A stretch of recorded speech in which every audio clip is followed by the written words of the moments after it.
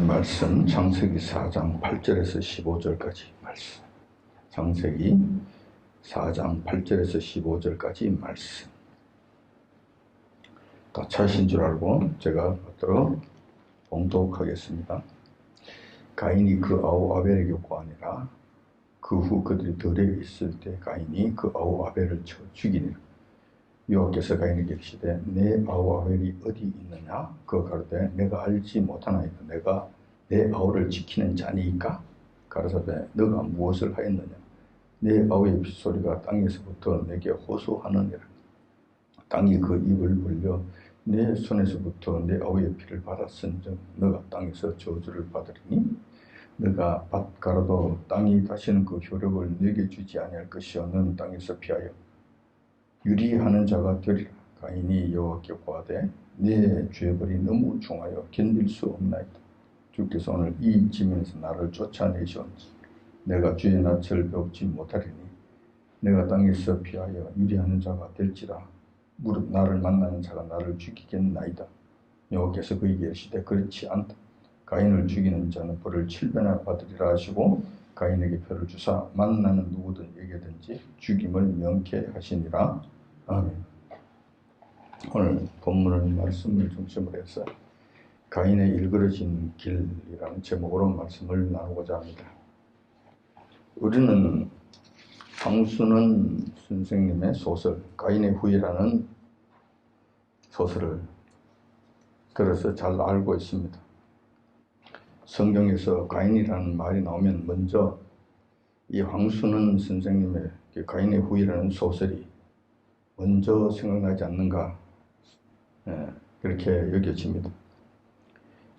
소설 가인의 후예는 그 내용을 보면 우리나라가 일본으로부터 해방된 직후에 북한 평안남도 지방 한 시골 마을에서 일어난 그 사건을 소설화한 내용입니다. 당시 북쪽은 소련군이 진주해서 공산주의 사회를 건설하려는 움직임이 본격화됩니다. 그 과정에서 토지개혁이라는 이름의 지주들의 토지를 빼앗는 그 작업이 이루어지게 되죠. 시작되게 됩니다. 그래서 그 과정에서 지주와 어설프게 공산주의 사상에 물드는 소작농가의 암투와 갈등이 일어나게 되는 거예요. 그런 이야기로 구성되어 있는 거예요. 그때 이 소작농의 자식이었던 그 어설픈 이 공산주의자가 한 유명한 말이 있죠. 내뱉은 유명한 말이 있죠. 그 술만 한 잔 마시면 떠들어대는 소리가 세상이 바뀌었다라는 그 유명한 그 귀절이 그게 나오게 됩니다. 세상이 바뀌었어. 알아? 부자. 세상이 바뀌었다니까 까불지 말라는 이야기죠. 자, 이런 이야기들이 그 가운데 나옵니다. 그런데 그 내용을 보면 지주는 어떻게 해서든지 재산을 지키려고 하고 공산주의 앞잡이가 된 소작농의 자식은 어떻게 하든지 간에 지주들의 재산과 토지를 몰수하겠다는 잔인한 모습들을 보이게 됩니다. 이 과정에서 인간의 근본적인 원죄의 모습을 지주뿐만 아니라 소작농의 자식, 등장인물 모두에게서 적나라하게 발견된다는 거예요. 적나라하게 볼 수 있다는 거예요. 그런 점에서 소설의 제목이 가인의 후예라고 하는 것은 참으로 적당한 것이다 라고 하지 않을 수 없는 거예요. 오늘은 황순원의 소설로도 우리에게 잘 알려진 가인에 대해서 한번 살펴보고자 합니다.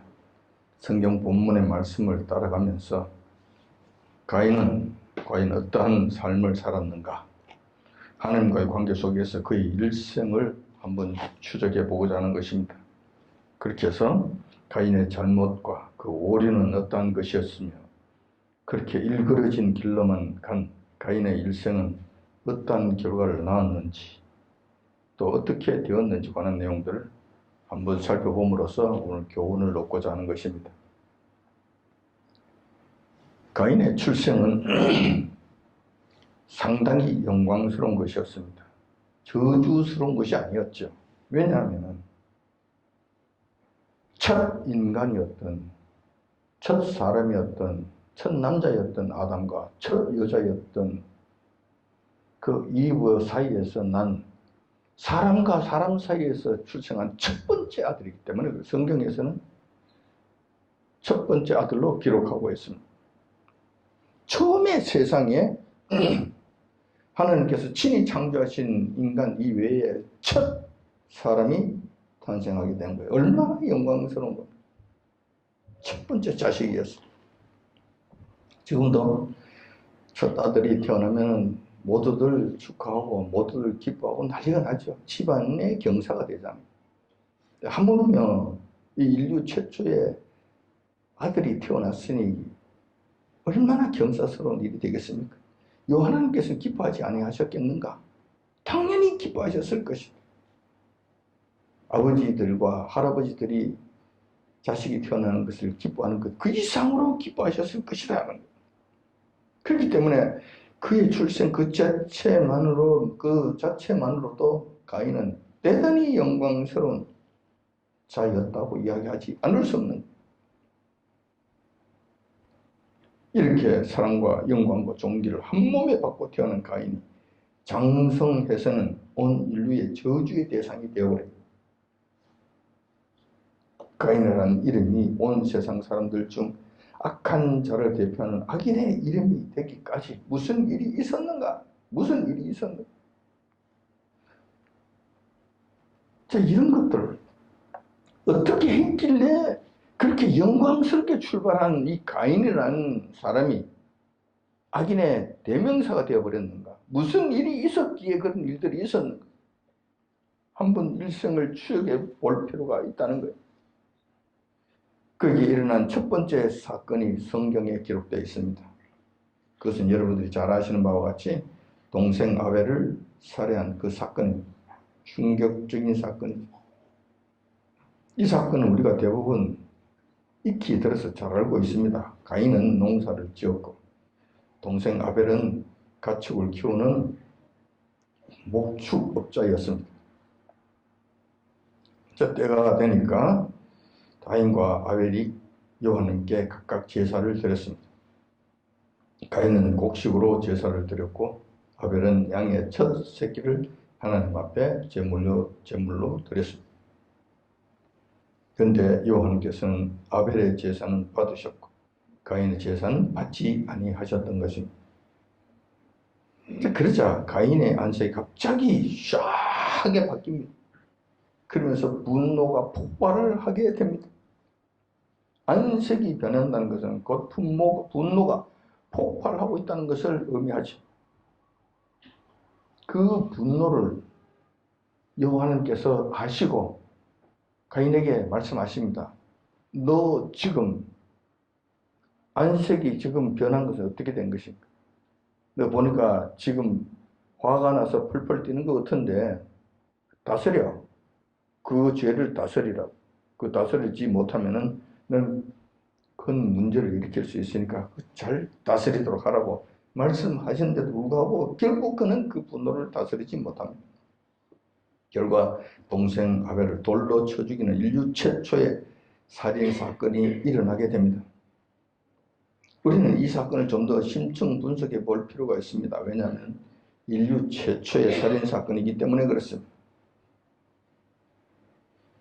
자, 처음에 이러한 일들이는 가장 근본적인 발단에서부터 시작해야 되겠죠. 모든 사건은 한쪽 부분만 딱 이렇게 보면은 왜곡이 됩니다. 그러니까 이 마이크를 가지고 마이크를 전체를 이렇게 봐야 되는데 이 보지 않고 요것만 딱 크로즈업 시켜서 마이크는 이런 거야 라고 이야기한다면은 이거는 잘못 이야기하는 것이죠. 마이크 전체를 다 보고 다 이야기. 시작, 발단에서부터 이야기를 해야 되는 거예요. 모든 문제는 발단에서부터 시작하는 거예요. 자, 발단이 무엇인가? 제사에서부터 그렇게 시작된 거잖아요. 제사에서부터 시작된 거잖아요. 근데 그 제사가 여호와님께서 누구는 받으셨고 누구는 안 받으셨고 왜 전능하신 여호와님께서 자비와 긍휼이 풍성하신 여호와님께서 가인의 제사만은 왜 안 받으셨는가? 아벨의 제사를 받으셨는데 왜 여호와 하나님께서 가인의 제사만 안 받으셨는가? 자, 이게 문제잖아요. 여기서부터 시작이 되는 거잖아요. 창세기에서 보면 그 이유를 잘 알 수가 없습니다. 그런데 히브리서 기자가 이 문제를 제대로 대답을 해주고 있습니다. 히브리서 11장 4절에 그 말씀이지. 히브리서 11장 4절에 보면 믿음으로 아벨은 가인보다 더 나은 제사를 하나님께 드림으로 의로운 자라 하시는 증거를 얻었으니 하나님께서 그 예물에 대하여 증거하심이라. 저가 죽었으나 그 믿음으로서 오히려 말하느니라 라고 말씀하고 계십니다. 여기서 가인의 문제가 뭐냐 하면은, 가인의 제사의 핵심 문제가 뭐냐 하면은 믿음의 문제였다는 거예요. 아벨은 믿음으로 제사를 드렸다는 거예요. 다시 말해서 정성껏 드렸다는 이야기죠. 반면에 가인은 믿음이 결여된 제사를 드렸다는 거예요. 믿음 없이 하든지 말든지 귀찮아 죽겠구만, 뭘 자꾸 제사니 뭐니 있다고 소리를 하느냐고. 먹고 살기도 바쁘고 할 일도 많은데. 그러니까 히브리서 기자가 고발한 내용 얘기할 것 같으면은 재물의 문제가 아니에요. 재물을 많이 가져왔나 적게 가져왔나, 누구는 곡식을 가져왔나, 뭐 양을 가져왔느냐, 재물의 문제가 아니에요. 재물의 문제가 아니라 정성의 문제예요. 정성의 문제, 진정성의 문제였다는 거예요. 히브리서 기자가 말씀하시는 그거예요. 가인은 아무렇게나 대충 건성건성 하든지 말든지 이런 식의 제사였고, 아벨은 정성껏 하나님 앞에 제사를 드렸다는 거예요. 그러니까 여호와 하나님께서 받으시는 것은 뭐 맛있는 그냥 고기니까 하나님께서 받으신다, 그거 아니죠. 그런 것 없죠. 많은 재물을 갖다 쌓아놨으니까 오우 이거 멋지네 하고 탐욕스럽게 받으신 그런 분이 아니시죠. 그 담겨있는 정성만 받으시는, 그게 담겨있는 정성만 받으신다. 아시다시피 우리가 여호와님 앞에 올려드리면 올려드린다고 여호와님께서 가져가십니까? 어떤 거대한 회오리 바람 같은 것이 확 와서 그냥 우리가 올려놓은 헌금과 우리 재물과 이런 것들을 확 전부 다 빨아서 그냥 올라가십니까? 아니시잖아요. 그대로 우리가 다시 돌려주시잖아요. 그럼 안 받으셨네? 안 받으신 것이 아니라 우리 정성만 받아가시는, 정성만 받아. 그래. 그리고 나머지는 우리에게 돌려주시는, 이걸 봐서 우리가 알 수 있는 것이. 근데 이 가인은 이 정성을 여호와님 앞에 쏟지 않았다는, 제사를 드리면서. 이게 문제였죠. 이게 문제의 발단이에요. 이게 시작점이라니까, 이게. 여기서부터 시작을 해야 돼요. 주님께서 똑같은 말씀을 저희들에게 해주셨어요. 가르쳐 주셨지요. 요한복음 4장 4절. 여러분들이 잘 아시는 건 4장 24절에 있는 말씀이죠. 하나님은 영이신 예배하는 자가 신령과 진정으로 예배할지니라. 이 말씀이죠. 이거죠. 그러면 신령과 진정으로 예배를 드리지 않는다. 그럼 어떻게 되는 것이? 가인의 제사가 되는 거예요. 가인의 제사. 신령과 진정으로 예배를 드린다. 무슨 제사가 되는 거예요? 아벨의 제사가 되는 거예요. 핵심은 거기에 있었던 거예요.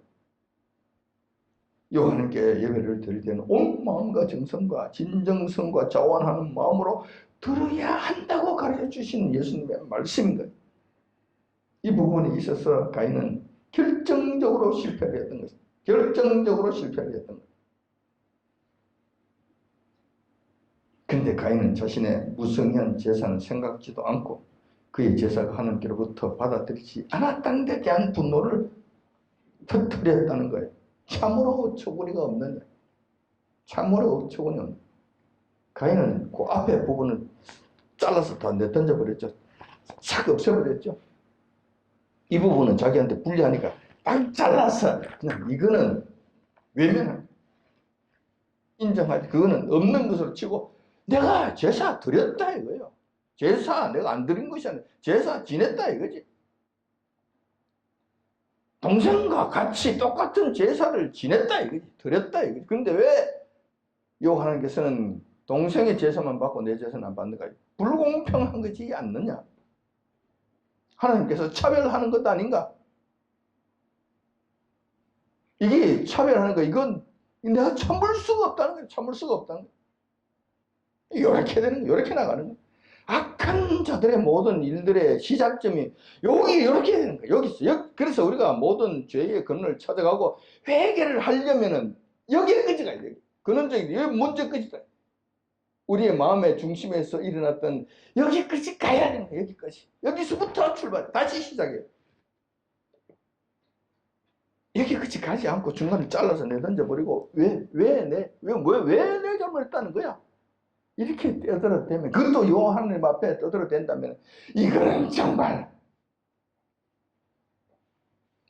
구제불능이 돼. 구제불능이 돼. 가인이 지금 이렇게 했다는 거지. 가인이 이렇게 했다.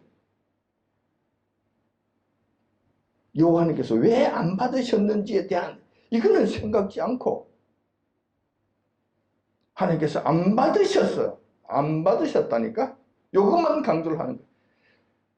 지금 누가 이야기하는 떠들어대는 이런 걸 많이 보는 것 같지 않습니까? 특히 이 좌빨들, 좌익 세력들, 빨갱이 세력들이 전향적으로 떠들어대는 방식이 바로 이 방식이에요. 이 방식. 똑같은 방식. 가인으로부터 물려받은 그 DNA가 지금도 그들에게 혁혁하게 지금 움직이고 있는 거예요.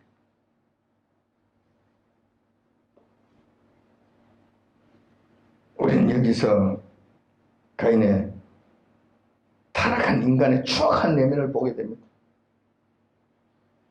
그 추악한 내면을 조금 더 구체적으로 보면 두 가지 정도로 나와요. 두 가지 정도. 이게 정말 중요한 거예요. 하나님께서는 겉으로 나타나는 형태만 가지고 말씀하지 아니하십니다. 그 내면의 세계를 말씀하십니다. 마음의 중심을 늘 보신다니까. 이것을 지금 요한님께서 주시해서 보신다는 말이에요. 이게 중요하단 말이에요. 이 측면에서 가인은 결정적으로 두 가지 문제가 생겨요. 하나는 가인은 자기의 잘못을 남에게 전가, 책임전가. 이게 좌익 세력들과 빨갱이들이 전문적으로 행하는 전매특허예요. 전매특허. 자신의 잘못을 인정하지 않습니다. 남에게 전가합니다. 그것도 하나님께 책임을 전가합니다. 나는 잘못한 것이 없다. 동생을 살인해놓고도 나는 잘못한 것이 없다. 왜?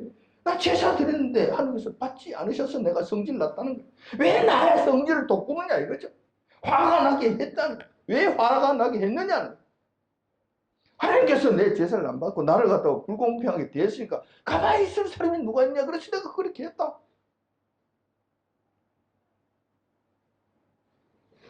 책임을 완전히 이용하는 게 다 뒤집어 씌우는. 나를 분노케 하는 것은, 나를 분노케 한 것은 내가 아니라 하나님께서 나를 분노케 한 것이다. 그러니 내가 잘못한 것이 뭐가 있는가? 내가 성질을 내기 때문에 그 성질을 따라 갖는 것인데 나에게 잘못했다고 이야기할 수 있겠는가? 이런 논리죠. 이런 논리, 책임자. 자신의 잘못과 죄를 남에게 뒤집어 씌우는 데는 가히 귀신적 수준이다. 귀신적 수준. 이거 여러분들이 잘 보셔야 돼요. 이거 안 되는 거, 이거 안 되는 거. 두 번째, 가인이 하는 행동의 두 번째 결정적인 문제. 자기 정당화. 뭐 같은 문제일 수도 있는데 조금 구별하자면 자기 정당화예요. 자신이 하나님께 분노하는 것은 정당하다고 주장합니다. 자신이 분노하는 것 하나님께서 공평하게 대하시지 않았기 때문에 일어난 결과라고 자기 합리화를 합니다. 자기 합리화를 한다니까. 자기 변명을 하고 자기 합리화를 한다니까. 내가 잘못한 것이 아니라 이러 했기 때문에 내가 이럴 수밖에 없었다고 합리화를 하는 거예요.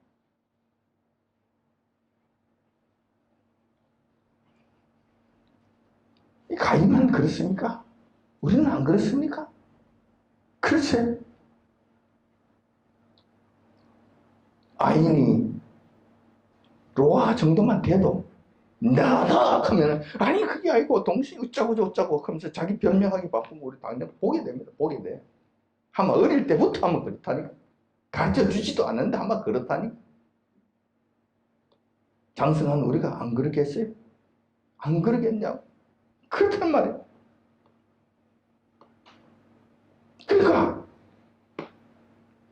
그러니까 여호와께서 살인한 가인에게 네 동생이 아벨이 어디 있느냐고 물으셨을 때 가인은 이렇게 반응합니다. 내가 내 아우를 지킨 자니까 하고 새파랗게 해서 여호와께 달려드는 자기 동생을 죽여놓고 새파랗게 달려드는 왜? 내 잘했다는 이야기. 내가 뭐 잘못한 게 뭐냐?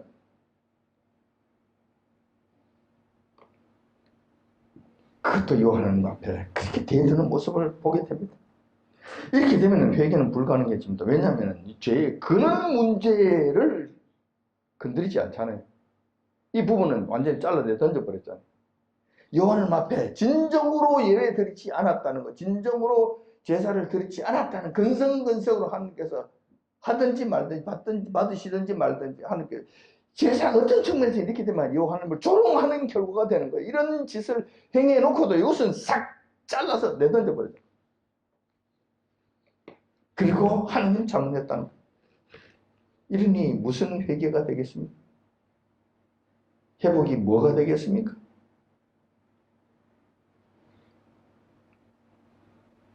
회개 자체가 불가능해집니다. 자기 합리화와 자기 책임 전가로 인해서 자기 자신의 죄를 인정하지 않기 때문에 회개 자체가 성립이 안 됩니다. 회개 자체가 안 된다. 큰 문제잖아요. 큰 문제. 그럼 이거 회복이 안 된다.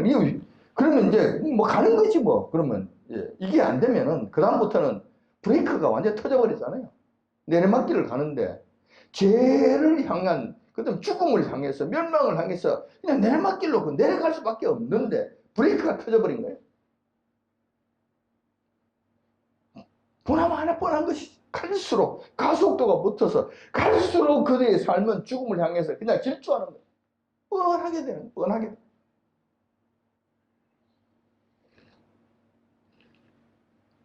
이 모든 정황과 가인의 타락한 심성, 이 모든 것 처음부터 끝까지 마음의 움직임까지 요한께서는 다 간파하고 계십니다.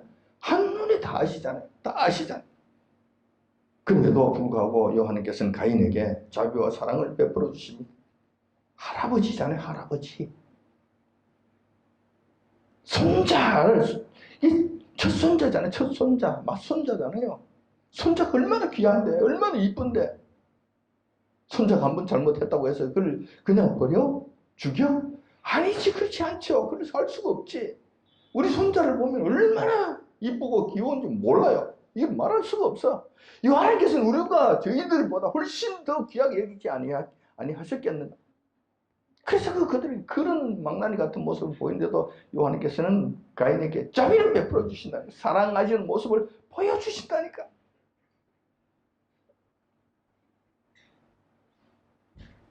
몇 가지로 우리가 생각해 볼 수 있죠. 우선 가인이 엉터리 제사를 지내서 안색이 변하고 분노를 폭발하고 있을 때에도 요한께서는 이놈의 자식 그리고 몽둥이로 그냥 그들을 두드려 패시는 그런 것이 아니고 앞으로 가인 앞에 일어날 일들에 대해서 염려하시는 거, 염려하셔서 말씀해 주시는 거예요. 뭐라고 말씀하시냐면 죄가 문 앞에 엎드려졌으니 너는 조심해서 죄를 다스리라고 충고해 주시는 거예요. 안 그러면 너 큰 일을 당하니까. 나에게 엉터리 제사를 지낸 것은 뭐 그렇다 치더라도 이로 인해서 네가 안색이 변했다는 것은 앞으로 큰 문제를 일으킬 수 있으니까 조심하라고, 그리고 죄를 다스리라고, 분노를 잠잠케 하라고 미리 가르쳐 주시는. 그런데 이러한 하나님의 은혜에 대해서 가인은 제대로 응답하지 않지요. 당연히 그렇게 하지 않지요. 이 하나님의 말씀을 무시하고 자기 생각에 사로잡혀서 자기 소견에 옳은 대로 돌진합니다. 자기 합리화, 책임전과 자기 합리화, 그것으로 그냥 분노를 자꾸 그냥 상승시키는 거예요. 자꾸 더 크게 끌어오르도록 만드는 거예요. 씩씩거리는 거예요. 그러다가 결국 얼마 지나지 않았어. 동생을 살인하는 데까지 나가게 됩니다. 이렇게 해서 가인의 살인죄가 완성되게 됩니다. 살인하고 나면은 그러면 끝나는가? 문제가. 그럼 속 시원하고 다 끝나는가? 그렇지 않아요. 사람을 죽이고 나면은 그렇지 않다.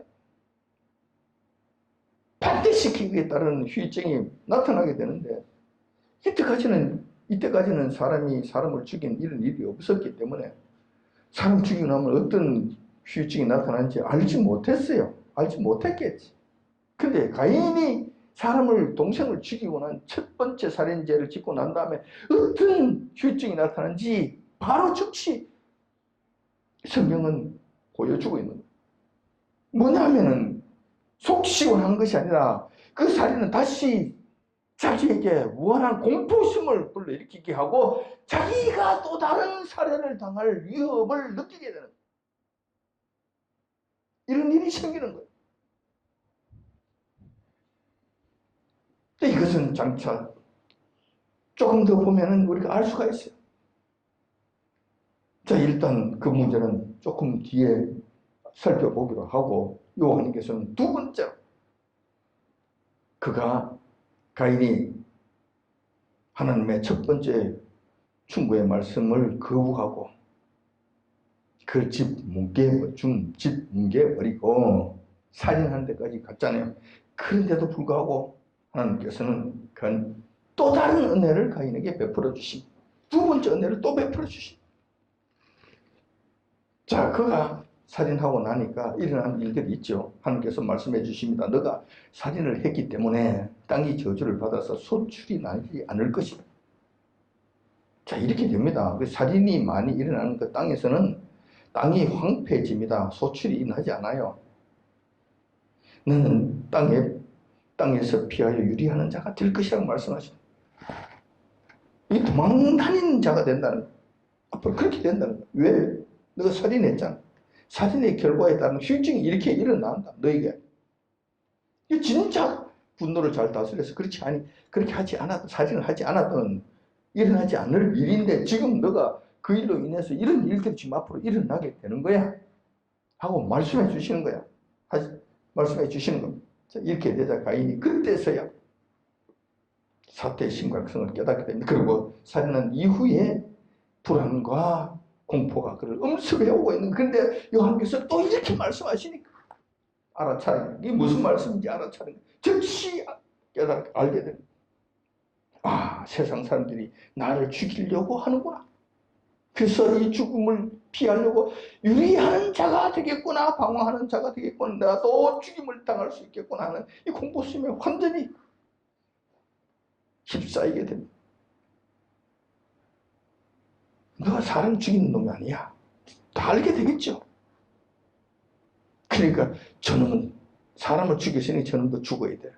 주변에 있는 사람들이 그렇게 여긴다는 거예요. 그리고 그를 조금만 하면은 그냥 그를 도외시하고 있다가 눈을 부릅뜨고 있다가 그를 살해하는 이런 일들이 일어날 거라는 거예요. 앞으로 그런 일들이 일어난다는 거예요. 그리고 가인은 이것을 알아챘다. 두려워, 무서워 죽을 지경이 된다.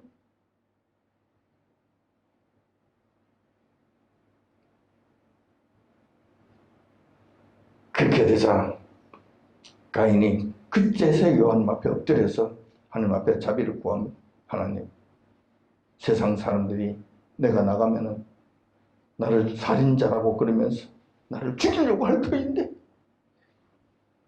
내가 무서워서 죽겠습니다. 무서워서 죽겠습니다. 지금 살려달라고 그때 가서 예언한 거지. 자, 이게 해결이 안 되죠. 이렇게 해서는 해결이 안 됩니다. 다시 말해서 우선 땜빵을 하는 거예요. 우선 땜빵. 이 문제가 해결되려면은 조금 전에도 말씀드렸다시피 문제의 근원으로 돌아가야 돼. 근원으로. 다시 말해서 그가 제사 지냈을 제사 드릴 때에 하나님 앞에 성의 없이 드렸던, 하나님을 오히려 조롱하는 그런 제사를 드렸던, 여기서부터 출발해야 돼. 여기서부터 출발해야 돼. 여기에서 가지 않는 한 그는 회개가 안 돼. 회복이 안 된다. 근데 이것이 가지 않잖아요. 우선 땜빵만 하려고 하는 거예요. 무서워 죽겠어요. 하나님, 나 살려달라. 이건 살인하고 나면 이런 일들이 생겨요. 성경에서 가르침, 성경에서 가르침. 자, 그러면 어떻게? 하나님께서는 이놈의 자식, 그렇게 너무 말을 안 듣더니 나가 죽어라. 죽든지 말든지 내가 상관할 바 아니다. 가 아니고. 하나님께서는 여전히 자비하신 분. 여전히 자비하신 분. 손자를 보는 마음이 애틋하신 거예요. 애틋하신 거예요. 그래서 가인에게 말씀하신, 약속하신, 그래, 내가 너를 살려줄게. 내 생명 보존해 줄게. 누구도 너를 죽이지 못할 거야. 너에게 손을 떼지 못할 거야. 내가 만약에 누군가 너에게 손을 떼면 내가 7배나 그에게 갚을 것이다. 그러니까 절대로 너를 손을 떼지 못하게 한다. 그 말로만 하는 것이 아닌데 증표를 줄게. 그래서 그 증표까지 가인에게 주십니다. 확정지켜, 확정해서 주신다. 증표까지 주시는 거예요. 뭐 증표까지 안 주셔도 상관없는데 증표까지 주시는 거예요. 뭐 마패 같은 것이었든지 어떤지를 저는 알 수 없습니다만 모든 사람이 알 수 있는 건 증표를 주신 거예요. 이 뭐에 무슨 표를 하셨는지 뭐 모르겠습니다. 어떤 식이었는지는 모르겠어요. 근데 모든 사람이 보면 하나님께서 야 이걸 건드리면 큰일 난다. 하나님께서 이 7변을 보고 가신다고 하셨으니 얘는 건드리면 큰일 난다는 것 정말 알 수 있는 이런 표를 그에게 주신 거예요. 그래서 가인이 이제는 어느 정도 안심을 하고 좀 조심은 하겠지만 세상에 나가게 됩니다. 하나님의 은혜가 이렇게 됩니다. 자, 근데 이렇게 됐으면 좀 인간일 것 같으면 생각을 좀 해봐야 되지 않겠어요? 내가 왜 이 지경이 되었는가? 내가 이렇게 평화롭게 살다가 어쩌다가 이 쫓기는 신세가 되었는가? 이 표가 없으면 내가 살 수 없는 불안과 공포 속에서 떨어야 되는가?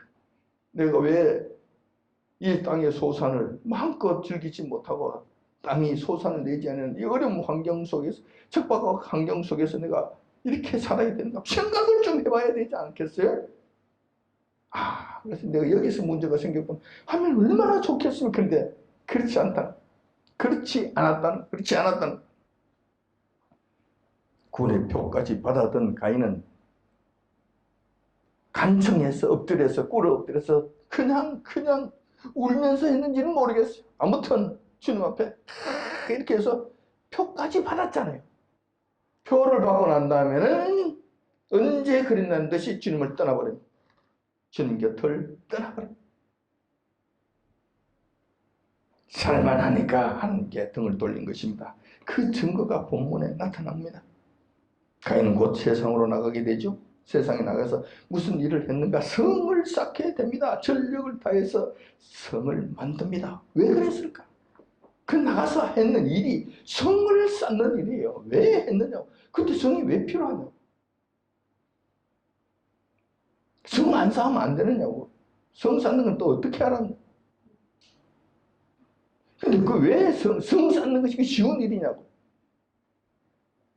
아니 소출나기도 힘들고 먹고 살기도 힘드는데 그게 열심히 하고 이렇게 해서 살 생각을 하는 것이 아니라 이 성을 쌓는 자체가 하루 이틀에 되는 거냐고. 그게 보통 힘으로 이게 되는 거냐 말이에요. 이게.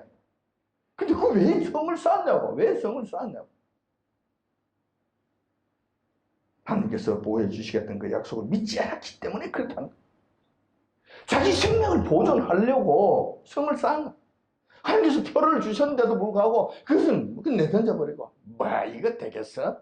근데 여기 이 사람을 보니 또 무섭고 저 사람마다 무서워. 밤에 뭐 부실 소리마다 어이구 뭐 누가 왔는 거 아니냐고 이 난리가 된 거예요. 그래, 아유, 이거 안 되겠네. 이거 안 되겠네. 하나님께서 지켜주신 약속이 있으면 그 약속을 믿고 그냥 살면 되는데 이걸 못 믿는 거예요. 인정하지 않는 거예요. 그래서, 야, 이렇게 안 되겠네. 내가 내 몸을 보존해야 되겠어. 어떻게? 성을 쌓아야 되겠네. 성을 쌓는 일이 하나님의 말씀을 그 약속을 믿지 않고 인정하지 아니하고 거부하고 짓밟아 버리고 내가 내 마음대로 해보겠다고 그리고 내가 내 몸을 한번 지켜보겠다고 떠들어도 그것을 행했던 결과로 나타난 것이 그가 성을 쌓게 되었다는 거예요. 4장 17절에 그 말씀이 나오죠. 4장 17절에 아내와 동침하니 그가 잉태하여 에녹을 낳은지라. 가인이 성을 쌓고 그 아들의 이름으로 성을 이름하여 에녹이라 하였더라. 한 구절로 되어 있어요. 한 문장으로 되어 있으니까 뭐 한 2달 만에 끝났는 줄로 이렇게 여길지 모르겠습니다만은 이때 당시에 평균 수명이 900살이었습니다. 900살. 이제 얼마 동안 성을 쌓았는지, 얼마나 오랜 기간 동안 성을 쌓는다고 세월 허비했는지 알 수 없어요. 성을 쌓는 기간 동안만큼 요 하나님을 저주하고 군지렁거리면서 일을 했을 것. 하나님께 등을 돌리는 반역의 삶을 살았을 것이다. 자기도 자식을 낳았죠. 자식이 있고 가정이 있으니 내가 이걸 보호해야 되겠다. 내 힘으로 보호해야 되겠다. 하나님의 보호하심은 내던져버리고 그래서 이 성을 쌓는 것을 시작했다는 거예요.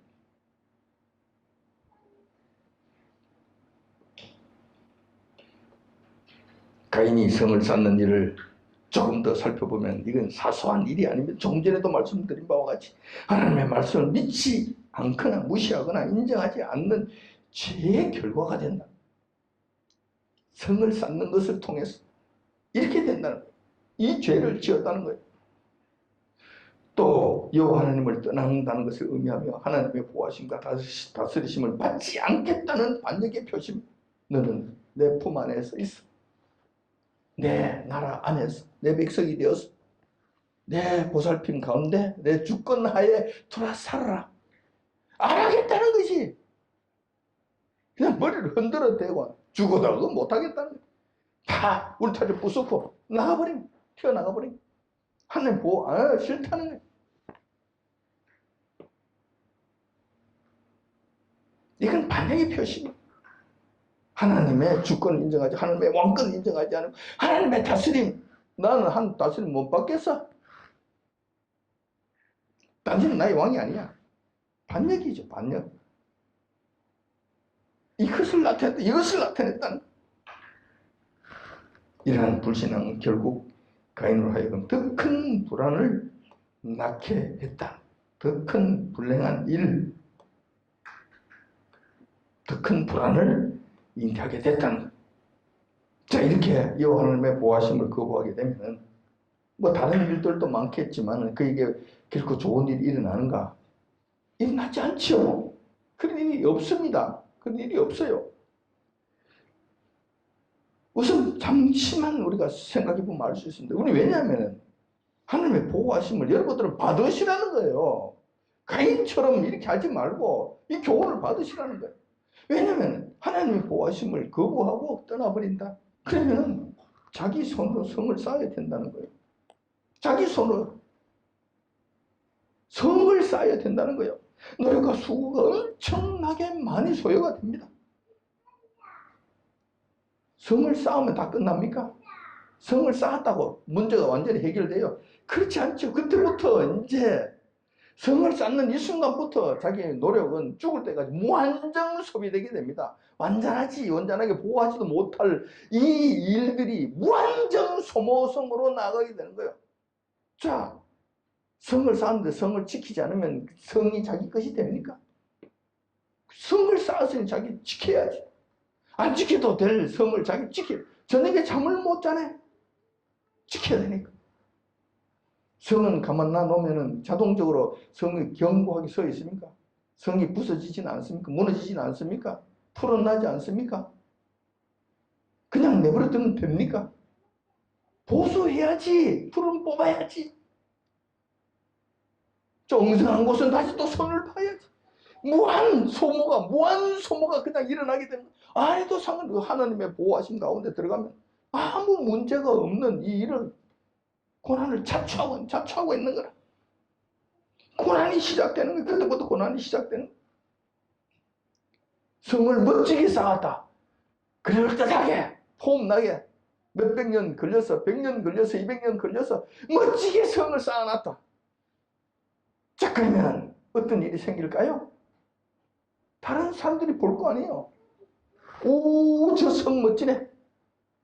우리도 그 성을 지었자. 물론 그런 사람도 있겠지. 그렇게 하는 사람도 있겠지. 근데 오, 저 멋지네. 저거 빼앗아서 내 것으로 하자.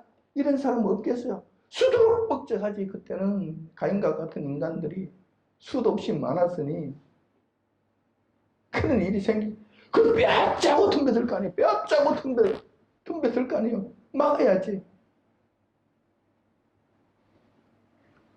불신앙으로 인해서 안 해도 될 고생을 사서 하는 모습을 보게 된 고난의 시작이에요. 자, 가인의 이러한 불신앙의 결과 어떻게 됐을까요?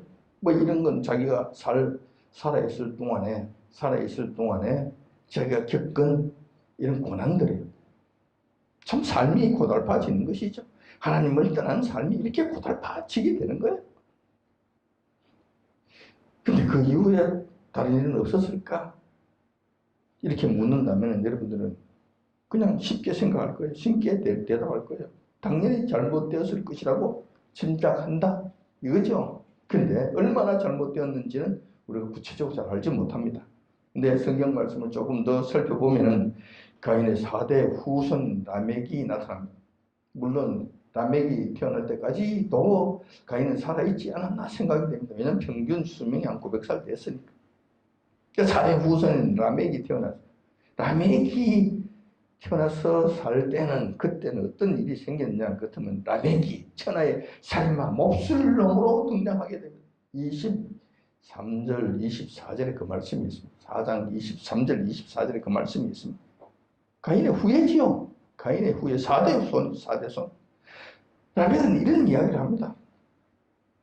자기 무용담을 자기 아내에게 이렇게 자랑스럽게 떠들어댑니다.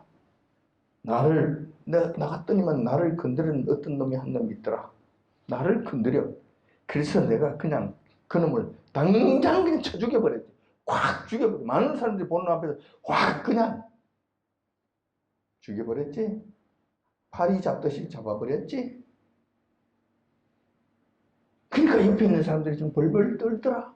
뭐 이런 식으로 자기 아내에게 와서 자랑을 합니다. 그리고 또 라멕이 많은 사람 앞에 서서 소리를 질러댑니다. 앞으로 내한테 까불면 전부 다 죽는 줄 알아.